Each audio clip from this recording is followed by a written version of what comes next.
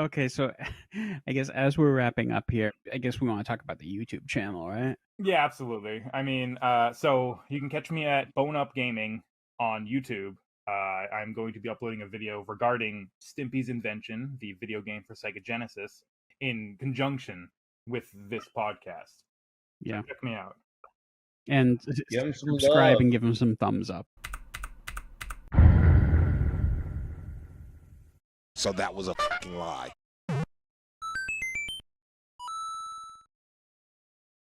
Alright, so I'm a few months late on this video.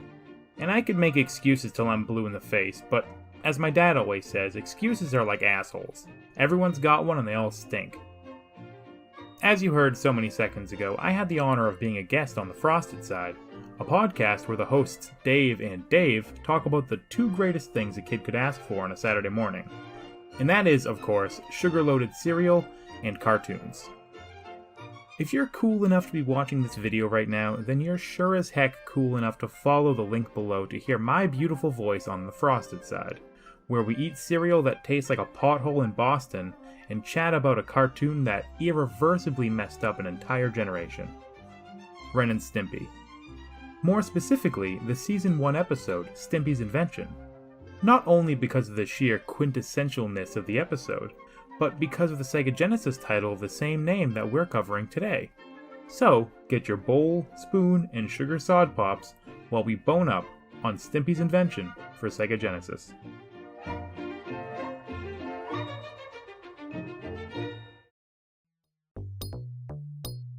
The Ren and Stimpy Show presents Stimpy's Invention for Sega Genesis was released in 1993 and was the third of 7 different Ren and Stimpy titles to be released from 1992 to 1994, 10 if you count ports to other consoles.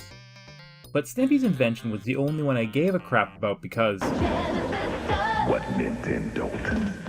Developed by Blue Sky Software, a now defunct company that made some other rad games for the Genesis and Mega Drive, Stimpy's Invention is a game close to my heart for no real reason other than it being a game based off of a cartoon that I liked as a kid.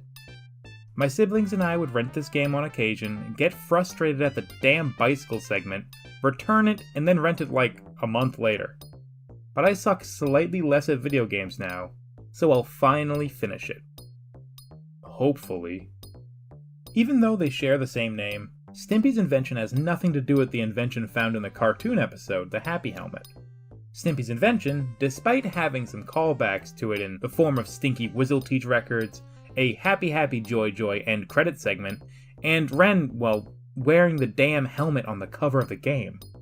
Instead, the game is focused on a different, yet equally poorly thought out hairball brain scheme. The conveniently selective intellect of Stimson J. Cat has led to the invention of the Mutate-O-Matic, a device created to convert garbage into delicious food, more specifically, according to the manual, glazed ham. But after Ren expresses his very reasonable doubt, Stimpy cranks the machine to no way and sends the world to shit, and the pieces of the machine are scattered across the city.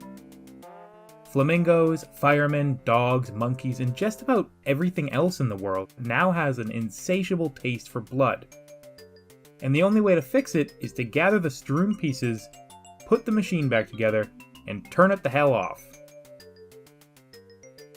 Stimpy's Invention is your garden variety licensed platformer. Kind of.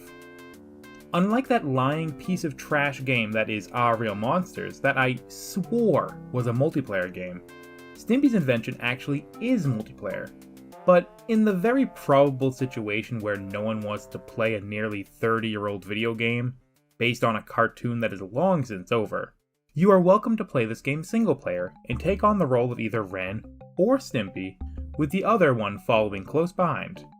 But not close enough to pull off those team skills when you need them most. Thanks, Stimpy.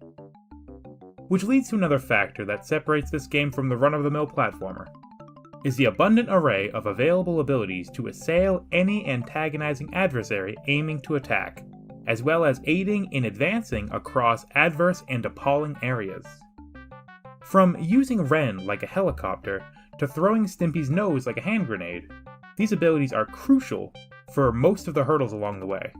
These team abilities vary minimally between Ren and Stimpy, the key differences being hitboxes and startup times. In my experience, playing as Ren offers a faster, more responsive style, while Stimpy can cover a lot more area in his attacks. This game has 5 levels and about 13 sub-levels inspired by the show. Unlike that stinking piece of garbage Are Real Monsters that taints my game collection, the team that made Stimpy's Invention must have watched at least a dozen or so episodes of the show, with levels, enemies, and pickups that have clear references to the cartoon. A generic suburb where Ren and Stimpy live occasionally, a series of zoo levels that take inspiration from Season 2's Monkey See, Monkey Don't, the city that Fire Dogs takes place in, and the Pound where the pilot episode and the opening take place. I especially love the outdoors stage, partially inspired by the Space Madness episode that captures the more disgusting side of the cartoon. Fleshy, blemish-ridden, eyeball-laden landscape, rotten teeth platforming with nerve-ending hazards, eye trees, and ground mouths spitting presumably wet balls of used band-aids. All with music that really hits home how visually upsetting this level can be. Disgusting. 10 out of 10. Stimpy's Invention is not a very long game at all. Even if you take your time, it can be beaten in around a half hour. That must have really pissed off the parents that bought this game for their kids for $40 to $60 only to have them beat it in the time span of a single episode of the cartoon. Fortunately, if you have friends or siblings, the multiplayer breathes some new life into the game. And if you're one of those weirdos that play games for high scores, I'm sure you can get your money's worth trying to beat your previous best. and if you find yourself having a tough time on a level, there is a password system, so you can get right back into getting run over by a truck. Despite all my nostalgia and other such fond memories of this franchise, Stimpy's Invention is not a perfect game. It has its share of hiccups, but still scratches that quick-to-pick-up, quick-to-finish platformer itch I get from time to time. If you want to relive Ren and Stimpy via video game, this is easily one of the best ways to do it. As relieved as I am to have finished this game, and this review, I'm no doubt going to visit it again, just like I did as a kid, except this time I can get past that truck segment.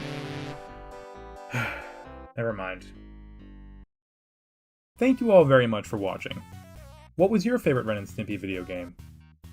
Let me know in the comments below. Maybe I'll cover it in the future. Also, go give the Daves and me a listen on the Frosted side, linked below, along with my Twitter for updates and neat pictures, and Twitch where I'm going to harvest most of my footage from. Stay tuned for more.